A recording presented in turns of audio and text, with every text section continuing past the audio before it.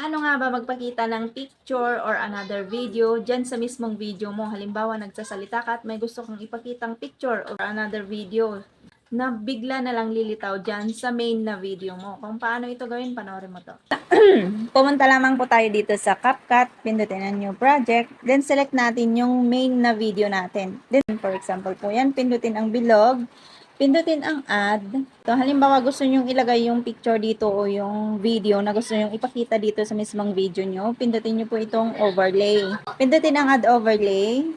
Kapag picture po ang gusto nyong ilagay, iselect nyo po itong photos. Halimbawa po ito yung gusto kong ipakita, pindutin po ang bilog, pindutin po ang add. So, kadalasan ito ay ginagawa doon sa mga nagpapakita ng kanilang mga tala senders.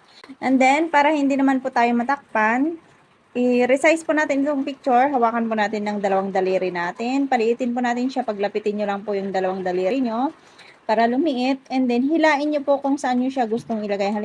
And for example po, gusto nyo ilagay itong picture nyo doon sa bandang gitna ng inyong video. Pwede naman po. Hawakan nyo lang po siyang ganyan. Pwede nyo po siyang hilain. Ayan, hilain nyo lang po. Ngayon, kung gusto nyo pong lagyan ng animations, pindutin po natin itong animations. Ayan, mag-select lang po kayo dito ng mga animations. For example po ito, pindutin natin yan. Pindutin natin itong check at ganito po yung kalalabasan niya. Ayan, ganyan po siya. Pero kung gusto nyo mag-appear yung picture hanggang doon sa dulo ng inyong video, pwede nyo pong hilain ito. Ayan, hilain nyo lang po yan hanggang doon sa pinakadulo. Ayan, ipantayin nyo na lamang po. Yun lang, in hope na nakatulong sa inyo. Follow and share for more tips and tutorials.